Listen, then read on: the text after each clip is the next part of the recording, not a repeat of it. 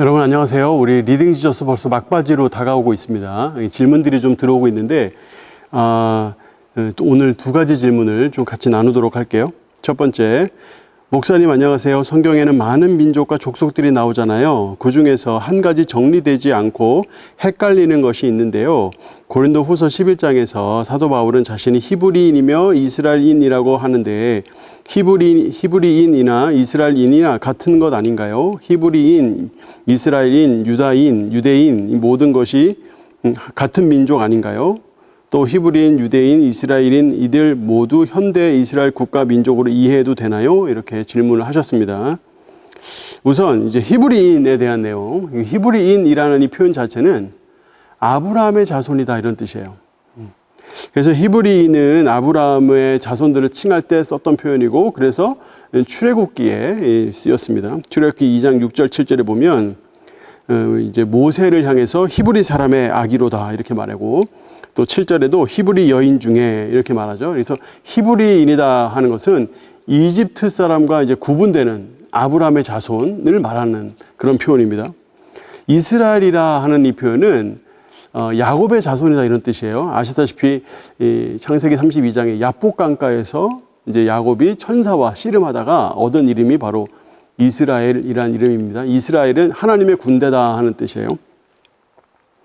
그래서 이 뜻은 하나님께서 약속을 주셨고 그 약속이 이루어졌음을 강조하는 그런 표현입니다. 그래서 출애굽과 연관이 있는데, 출애굽을 해서 주님의 약속대로 하나님 백성이 되고 또 하나님은 우리 하나님이 되시는 그런 모든 상황들을 이렇게 뭉뚱그려서 말할 때 이스라엘 자손이라는 표현을 많이 써요. 또 유대인이다 하는 말은 남유다 사람이다 하는 뜻이에요. 이거는 이제 북이스라엘 사람과 구분하기 위한 표현입니다. 그래서 북이스라엘은 아시다시피 아수르에 의해 멸망을 하면서 722년 이제 BC 722년에 멸망을 하면서 이제 이 아수르가 정책을 펴면서 그들의 혈통을 다 섞어버렸어요. 그러니까 그들은 이제 북이스라엘 사람들, 특히 사마리아 사람들은 이스라엘 사람이 아니다. 우리는 이스라엘 사람이다. 라고 말할 때 이제 남유다라는 말, 그래서 유대인이다 하는 말이 나왔습니다. 그래서 이런 표현들이 이제 고린도 후서 11장 22절 이하, 그리고 빌립보서 3장 5절 이하에 나오는데 이 모든 것이 다 순수 혈통을 강조하는 표현이다 하는 거예요. 물론 이스라엘 사람들, 현재 이스라엘 사람들도 스스로가 아브라함 자손이다, 선민 사상이 아직도 있죠. 그래서 이스라엘 자손, 히브리 사람이다 이렇게 말하고, 이스라엘 사람이다라고 말하고, 유대인이다 이렇게 말합니다. 그래서 이 모든 것이 사실 이스라엘 사람을 통칭한다고도 볼 수 있어요. 근데 여러분 아셔야 되는 것은 이방 사람들 중에 유대인에 편입한 사람도 있을 수 있습니다. 근데 그런 사람들은 혈통적으로는 뭐 히브리인도 아니고 이스라엘 사람도 아니고 유대인도 아니죠. 하지만 그 믿음에 의해서 이제 나중에 유대인으로 편입한 사람이 있을 수 있다는 거, 그렇게 이해를 하시면 될 것 같습니다. 자, 두 번째 질문. 바울 서신과 베드로전서 4장 질문. 바울 서신을 읽으며 율법이 무엇인지 알게 되었습니다. 특별히 디모데전서 1장 9절처럼 율법은 옳은 사람을 위하여 세운 것이 아니라 불법한 자 이하 9절 10절에 나오는 옳지 않은 자들에게 복음이 되기 위해서 율법이 있구나 하는 생각을 하게 되었습니다. 그런 자들이 돌아오기를 위해서요. 계속해서 신약을 읽다가 베드로전서 4장에서 멈추게 되었는데요. 3절에서 이방인의 뜻을 따라 행하다가 지나가고 그치게 되어 그들이 비방하게 되었어요. 베드로전서 4장에 나오는 너희는 미래를 바라보고 더 이상 옛 습관을 버린 사람들인가요? 네, 질문 자체가 조금 이제 좀 문맥이 좀 어려운데, 우선 바울 서신에 대한 이해는 잘 하신 것 같아요. 근데 베드로전서 4장에 대한 말씀을 질문하셨는데 한번 좀 1, 2절부터 한번 전체적으로 좀 살펴보도록 하겠습니다. 베드로전서 4장 1절 2절 보시면 그리스도께서 이미 육체의 고난을 받으셨으니, 이 말은 예수님이 십자가에 달려 죽으셨다 이 뜻이죠. 너희도 같은 마음으로 갑옷을 입으라. 이는 육체의 고난을 받은 자는 죄를 그쳤음이니, 이렇게 말합니다. 그러니까 우리도 예수님처럼 같은 마음을 품어라 해서 이 갑옷을 입고 믿음을 잘 지켜라 뭐 이런 뜻이죠. 그런데 육체의 고난을 받은 자는 죄를 그쳤다 하는 표현, 그러니까 이 표현이 어떤 표현이냐 하는 건데, 예수를 믿으면요 예수님과 함께 이제 십자가에 같이 못 박힌 사람이 됩니다. 그 갈라디아서 2장 20절에 나오잖아요, 그죠? 그래서 예수님이 십자가에 달려 죽으신 것이 우리도 함께 십자가에 달려 죽은 거예요. 그러니까 우리가 꼭 반드시 우리가 예수님처럼 꼭 십자가에 달리지 않아도 또 이 복음 전하다가 고난을 특별히 육체적인 고난을 당하지 않아도 우리는 그 예수님과 함께 십자가에 못 박음을 당했고 또 부활을 경험한 사람들입니다. 그러니까 이 의미가 사실 모든 믿는 자들을 통칭하는 표현이라고 보시면 돼요. 그 후로는 다시 사람의 정욕을 따르지 않고 하나님의 뜻을 따라 육체의 남은 때를 살게 하려 함이라. 왜 우리가 예수님과 함께 연합하여 세례를 받고 함께 고난을 받은 사람이 되었는가? 우리가 구원받았다면 우리 2절 말씀처럼 정욕에 따르지 않아야 돼요. 여기서 정욕은 복수형입니다. 복수형 단어예요. 우리 개역개정에 잘 나타나지 않지만 이 정욕은 복수 단어예요. 그래서 여러 이제 죄에 대한 유혹들로부터 우리는 따르면 안 된다. 유혹들로부터 영향받으면 안 된다. 이 말이고, 반대로 정욕의 반대말은 하나님의 뜻이에요. 하나님의 뜻을 따르는 사람이 돼야 된다. 그래서 육체의 남은 때, 우리가 세상을 살아가는 이 천국 가기 전에 이 나머지 때를 하나님의 뜻대로 순종하며 살도록 그렇게 주님 우리를 부르셨다. 이 말이죠. 그래서 3절에 이런 표현이 나오는 거예요. 너희가 음란과 정욕과 술취함과 방탕과 향락과 무법한 우상 숭배를 하여 이방인의 뜻을 따라 행한 것은 지나간 때다. 그걸로 족하다. 이렇게 말하죠.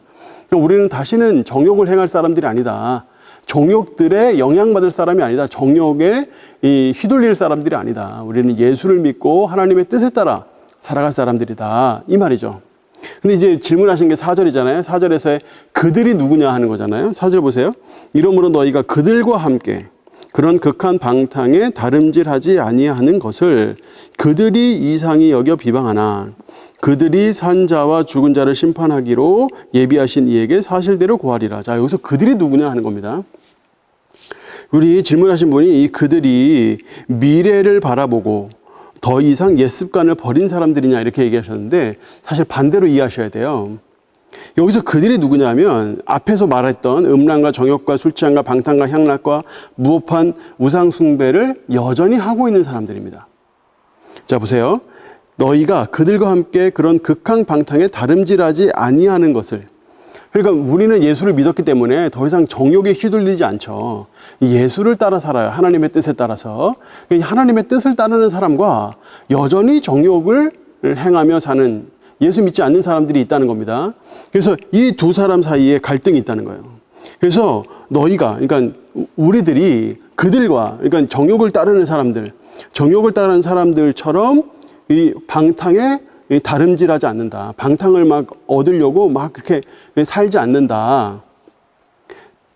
그들이 이상히 여겨 비방한다. 그러니까 정욕을 계속 저지르고 사는 사람들은 우리를 보고 이상하게 여긴다는 거예요. 왜냐하면 우리도 과거에는 그 정욕대로 살았거든요. 우리도 죄 가운데 살았거든요. 근데 어느 순간에 이 사람이 예수를 믿고 정욕대로 살지 않으려고 막 애를 쓰면서 뭐 예를 들어서 뭐 술도 안 마시려고 하고 담배도 안 피려고 노력을 하고 주일에는 교회 열심히 가고 헌금도 열심히 하고 이런단 말이에요. 그러니까 사람들이 보기에 이상할 수 있잖아요. 그러니까 그들이 이상히 여긴다 하는 겁니다. 그런데 5절에 그들이 산 자와 죽은 자를 심판하기로 예비하신 이에게 사실대로 고하리라. 그러니까 마지막 때가 되면 그 정욕을 따르던 그들 스스로가 하나님 앞에 서서 자기의 죄를 그대로 고할 거라는 거예요. 자기 죄를 그대로 고하고 심판을 받을 거라는 거예요. 그들이 산자와 죽은 자를 심판하고 예비하신 이에게, 그러니까 이 산자와 죽은 자를 심판하러 예비하신 이는 하나님이시잖아요.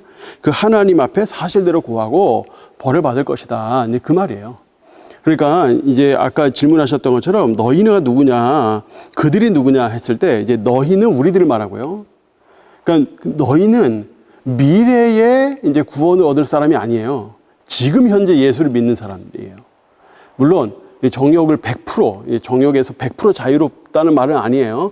하지만 우리가 이 정욕을 버리고 예수의 뜻대로 살려고 노력을 하잖아요. 그런 사람을 말하는 겁니다. 우리들을 지금 현재 우리들을 말하는 거예요. 그러니까 우리들은 그들과 함께 살지 않잖아요. 그들과 함께 정욕을 지으면서 살지 않잖아요. 그러니까 그들이 우리를 보고 이상히 여길 것이다. 이제 그 말이죠. 네, 그런 의미에서 우리가 4절, 5절을 이해하시면 될 것 같습니다. 자, 이렇게 해서 이제 두 가지 이제 질문을 살펴봤습니다. 이제 여러분 진짜로 얼마 안 남았어요. 정말 얼마 안 남았어요. 이제 2주만 지나면 요한계시록 이제 2주 동안 읽으면 이제 끝이 됩니다. 그러고 나서 한 달 이상의 시간을 더 드릴 거예요. 그러니까 혹시 아직 읽다가 중간에 멈추시거나 또는 못 읽으신 분들 있잖아요. 그런 분들은 일단 신약부터 못 읽으신 부분을 빨리 읽어가세요. 그래서 한 달 정도의 시간이 있으니까 하루에 5장, 6장씩 쭉 읽어 나가시면 금년에 신약 정도는 마무리 하실 수 있어요. 그 다음에 이제 시간이 좀 더 남으시면 구약을 마무리 하시면 되겠죠. 그렇게 해서 이제 금년에 최대한 이제 못 읽은 부분들을 채워서 읽으시고, 우리가 어차피 내년 1월 1일부터 또다시 리딩 지저스 시작을 할 거기 때문에 제가 처음 시작할 때 말씀드린 거 기억나시죠? 3년의 1독이에요. 3년 동안에 최소한 우리 모든 성도는 1독 이상을 한다. 네, 그게 이제 목표입니다. 그래서 아직 다 못 읽으신 분들도 괜찮아요. 내년에 또 읽어가면서 부족한 부분들 채워가면서 읽어가면 되니까 심길전 하시고 이제 마무리 잘 하시기를 바랍니다. 또 질문 있으시면 올려주시면 답해 드릴게요. 감사합니다.